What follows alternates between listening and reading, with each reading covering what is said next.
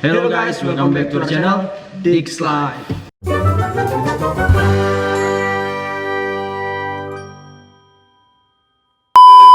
Oke teman-teman, akhirnya pembukaan pendaftaran sekolah kedinasan tahun 2021 telah dibuka. Ini kayaknya periode kedua kita lah ya. Setelah tahun lalu juga kita bikin info-info tentang SPCP PDN, dan ini mungkin tahun terakhir kita lah ya. Ya, Kayak kasih tahun tahun terakhir sebagai praja. ya, tahun seru sebagai praja. Mungkin kedepannya kita bakal kasih info sebagai purna praja. Amin. Jadi di video kali ini kita akan membahas mengenai SPCP IPDN.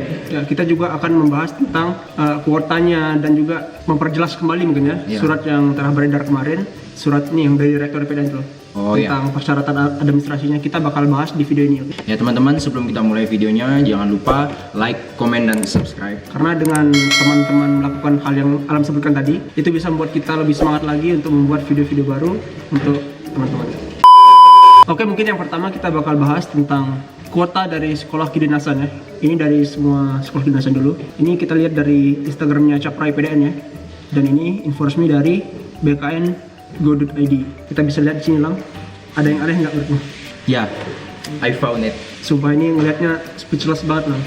Karena kayaknya pertama kali dalam sejarah kayak gini. Setelah tahun lalu nggak membuka pendaftaran. Kemudian membuka pendaftaran lagi, tetapi dengan jumlah kuota yang menurun drastis. Padahal sekolah ini nih, sekolah yang tadi itu, ini saingan terus sama PDN nih. Betul. Pendaftar terbanyak. Apalagi kalau bukan STAN. Ya, Politeknik Keuangan Negara STAN. Sumpah ini speechless sekali ya. Kuotanya cuma 275 formasi. Karena pada tahun sebelumnya dan sebelumnya lagi itu STAN itu membuka pendaftaran dengan kuota sekitar 6 ribuan. 6 ribuan orang. Dan tahun kemarin nggak buka, sekarang buka lagi tapi sedikit. Betul. Kira-kira gara-gara apa tuh berkurang? Ya kalau menurut saya sih karena mungkin STAN kan sudah menerima dengan kuota yang banyak ya setiap tahunnya. Jadi kemungkinan menurun karena itu. Mungkin akan dikurangi jumlah formasinya. Ya, karena mungkin udah terlalu baik. Jadi kemungkinan besar peminat-peminat STAN ini kemungkinan besar ya akan berpindah haluan ke PDN. Iya, iya benar-benar. Ini kalau kita lihat kuota yang lain nih, kuota PDN ini 1124 formasi ya. Berkurang daripada yang tahun lalu, di mana tahun lalu itu kuotanya 1200 formasi, berkurang sekitar 36 formasi ya. Kalau STIN tetap kayaknya 250, STSN 100 formasi tetap juga kayaknya. Yep. STMKG, nah ini STMKG juga tahun lalu nggak buka kan? Tahun lalu nggak buka, terus tahun ini mulai lagi dengan formasi yang kemungkinan besar sama. Dan ini STIS 600 formasi kayaknya biasa aja ya, Iya. sama aja. Poltekim 600 dibagi dua mungkin ya, 300. Poltekim. Di Kemenhub. Nah, Kemenhub ini juga ada perbedaan ya dari angkatan kita dulu. Dulu kan cuma STTD nih yang ikatan dinasnya, sekarang kayaknya udah gabung semua ya. Iya. STPI. yang di bawah Kementerian Perhubungan semuanya sudah dijadikan satu. Oke, kita bakal lanjut bahas ke SPCP PDN ya. Kita bakal bahas tentang kuota nasional IPDN dan kuota daerahnya. Nah, ini adalah kuota per provinsi SPCP PDN tahun 2021, di mana jumlahnya di sini ada sekitar 1164 kuota ya. Ini dibagi per provinsinya. Ya. Jadi saingan teman-teman nanti kalau mendaftar di PDN itu bukan kuota nasionalnya ya 1164, tapi saingan teman-teman itu nanti adalah kuota provinsinya. Ya benar sekali kata Jody. Nah jadi persaingannya itu adalah kuota antar provinsi ya, kuota yang di provinsi.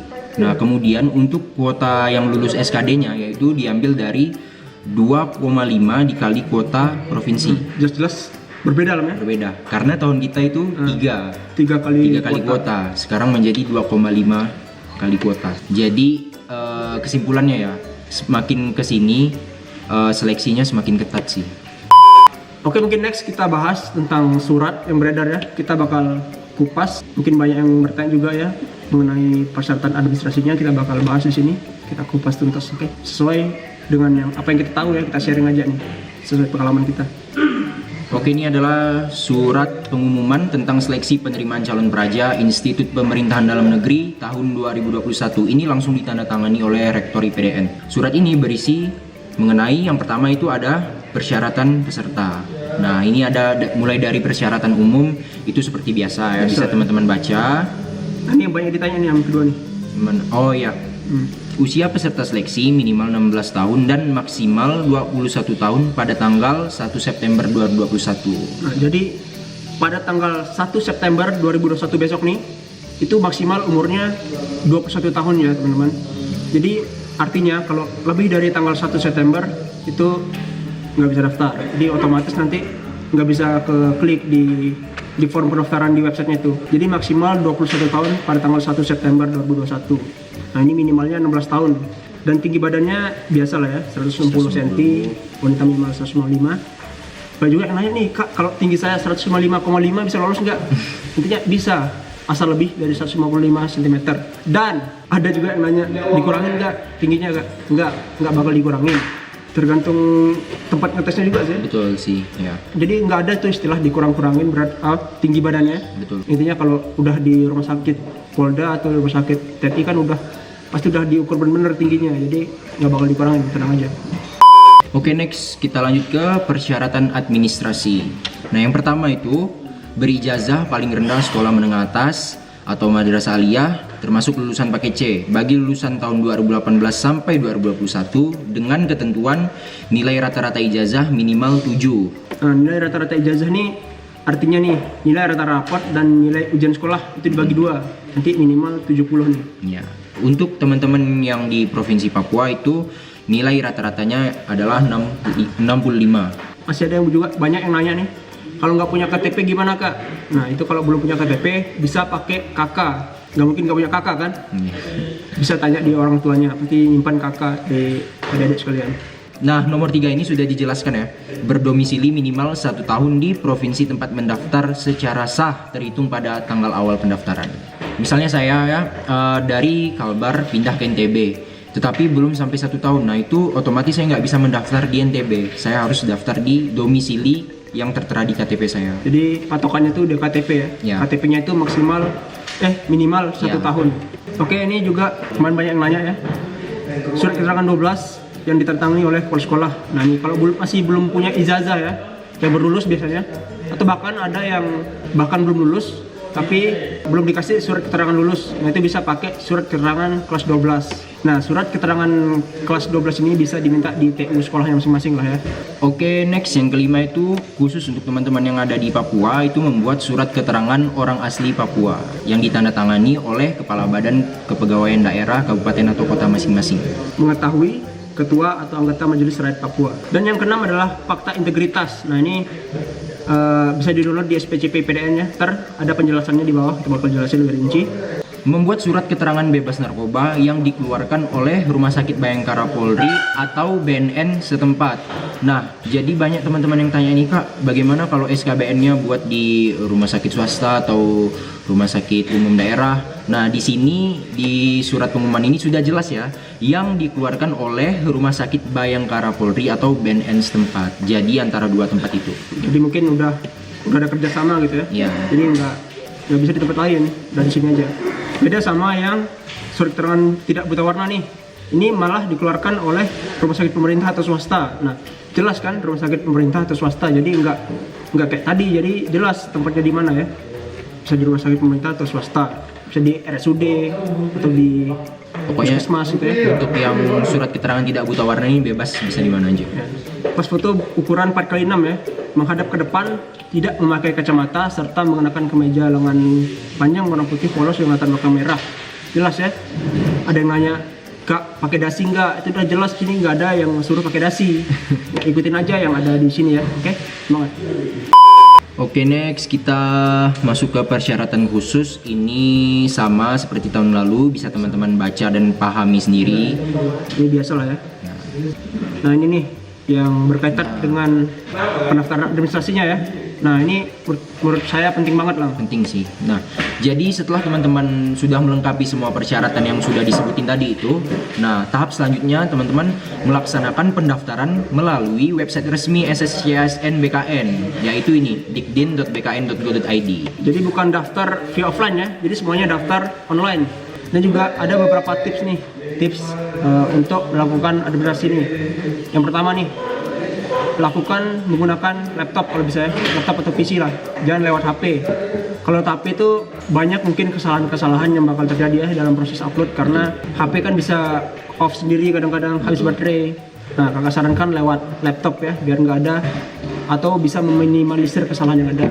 Yang kedua, saran dari kami untuk mendaftar di website ini, kami menyarankan mendaftar pada saat tengah malam sih ya. Karena kenapa? Karena saat tengah malam itu servernya lancar. Kalau di hari-hari siang seperti ini itu bakal servernya bakal penuh, bakal maintenance ya. Jadi disarankan tengah malam supaya lancar. Ya biasanya kalau daftar siang tuh bakal full yang daftar tuh, karena terlalu banyak yang daftar, websitenya jadi full server gitu kan. Dan juga waktu proses upload atau mengisi data nih, teman-teman silakan untuk lebih teliti lagi, cek dan recheck kembali 1-2 kali atau sampai 3 kali lah. Pastikan file yang teman-teman upload itu benar ya, dan pengisian datanya juga benar juga ya. Jangan sampai gara-gara masalah teknis pendaftaran administrasi teman-teman malah gugur, kan gak lucu tuh. Betul, sayang banget sih. Udah belajar TKD mati-matian, belajar tes fisik mati-matian, tapi malah gugur gara-gara kerikil kecil kayak gini nggak diperhatiin, bisa tergelincir. Oke, next kita masuk ke tahap pendaftaran melalui website resmi nih. Yang pertama itu KTP elektronik bagi teman-teman yang udah punya atau yang belum punya KTP menggunakan KK, itu di-scan kemudian diunggah ke website tersebut dengan file JPG ukurannya 100 sampai 200 KB. Tadi ada yang nanya ke Mas Sibor nih. Apa? Aku lihat di Instagram Mas Sibor. Ya. Ini kan yang KTP diunggah halaman belakangnya. Dia Ya. itu mikir yang bagian peta Indonesianya itu. Oh. Jadi bukannya yang diupload tuh yang bagian yang ada data dirinya. Kalau buat yang petanya buat apa gitu kan, nggak penting. Semuanya juga punya. Nah itu diupload dengan ukuran 100 sampai 200 KB ya. Kalau teman-teman fotonya atau scan-nya itu lebih dari 200 KB, bisa dikompres ya. Bisa dikompres. Cari aja di Google cara kompres foto gitu. Nah yang kedua ini yang kayak tadi ya, yang kayak Alam udah jelasin. Nah itu dibuktikan dengan kartu KTP, KK atau surat pindah bagi yang pindah tempat tinggal. Diupload dengan file PDF ya, ukurannya 100 sampai 1000 KB. Cara kompresnya juga bisa cari di Google. Kompres foto online aja bisa gitu.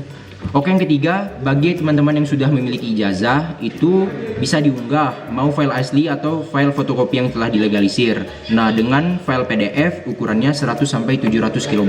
Ini diunggah halaman depan belakang ya. Halaman depan dan halaman belakangnya baru disatuin jadi satu di file PDF.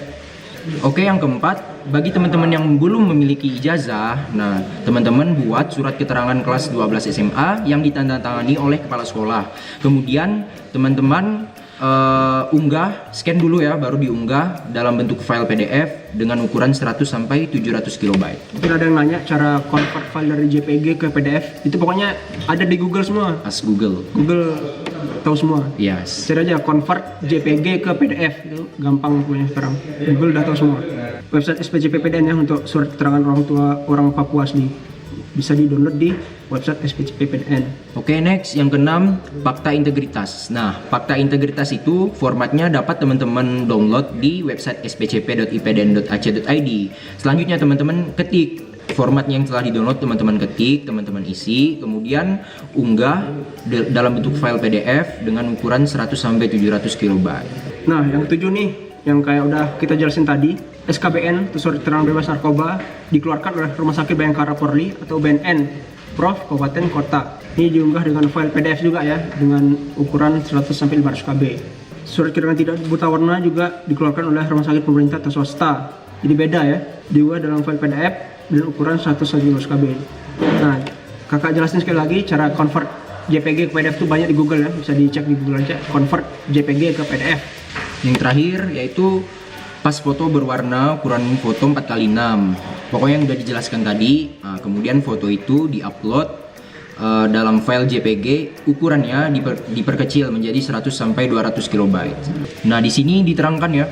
Pokoknya apabila pendaftar tidak memenuhi ketentuan-ketentuan dan persyaratan yang sudah disebutkan tadi, maka pendaftar dinyatakan gugur. Nah, jangan sampai adik-adik atau teman-teman sekalian gugur cuma gara-gara administrasi ya, yang notabene-nya kita nggak ada yang gugur di sini ya. Betul. Harusnya kadang gugur tapi malah salah upload atau salah mengetik di data diri, malah gugur kan. Gimana tuh rasanya? Oke, ini jadwalnya ya, jadwal SPCP PDN. Kayaknya SKD-nya bakal diumumkan Lebih lanjut. lebih lanjut ya. karena menyesuaikan jadwal juga. Betul.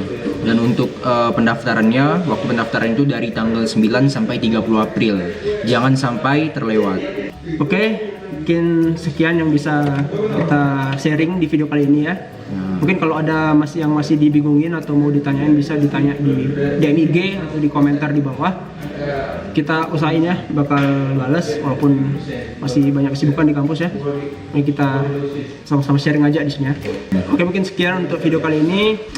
Jangan lupa di like, comment, dan subscribe, dan jangan lupa juga Jangan lupa di-share ke teman-teman yang lain supaya saling berbagi informasi. Oke, terima kasih buat teman-teman yang sudah nonton video kami. Semoga teman-teman dalam melaksanakan pendaftaran ini dilancarkan, dimudahkan oleh Allah SWT. Amin. Oke, see you on next video dari kami, Dix